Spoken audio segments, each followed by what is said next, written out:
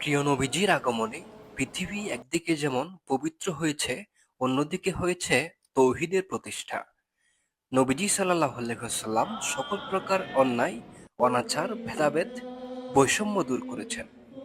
সাদা কালো, উঁচু নিচু, ধনী গরিব সকল প্রকার বৈষম্যকে দূরীভূত করে প্রতিষ্ঠা করেছেন সৌহার্দ্য সম্প্রীতির অনন্য বন্ধন।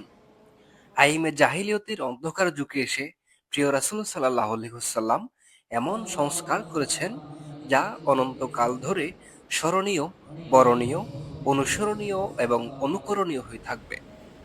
প্রিয় রাসূল সাল্লাল্লাহু আলাইহি ওয়াসাল্লাম যে আদর্শ নিয়ে সংস্কার করেছেন, সেই নিয়ামত তথা নূরে বাতেন উনি রেখে গিয়েছেন উম্মতের কল্যাণে।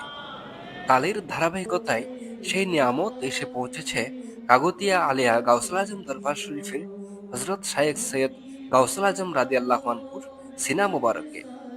তিনি সে বাতেনে নূর, তাওয়াজ্জু তথা অন্তর্দৃষ্টি দিয়ে নফসানিয়ত বা পশুত্বকে দূর করে ইনসানিয়ত তথা মনুষ্যত্বকে প্রতিষ্ঠা করেছেন, যার ফলশ্রুতিতে পথহারা মানুষ আল্লাহ ও রাসূল সাল্লাল্লাহু আলাইহি ওয়াসাল্লামের সন্ধান পেয়েছেন।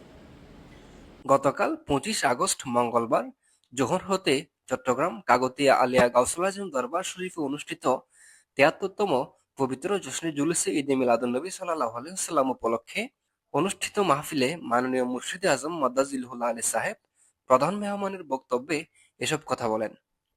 চট্টগ্রাম বিশ্ববিদ্যালয়ের সিনেট সদস্য এবং মুনিরিয়া যুব তবলিগ কমিটি বাংলাদেশের মহাসচিব প্রফেসর ডক্টর মোহাম্মদ আবুল মনসুরের সভাপতিত্বে অনুষ্ঠিত মাহফিলে বক্তব্য রাখেন প্রফেসর ডক্টর জালাল আহমদ, উপাধ্যক্ষ মাওলানা মোহাম্মদ বদবিল আলম, মাওলানা মোহাম্মদ আব্দুস সবুর ও মাওলানা মোহাম্মদ গোলাম রব্বানী ফয়সাল।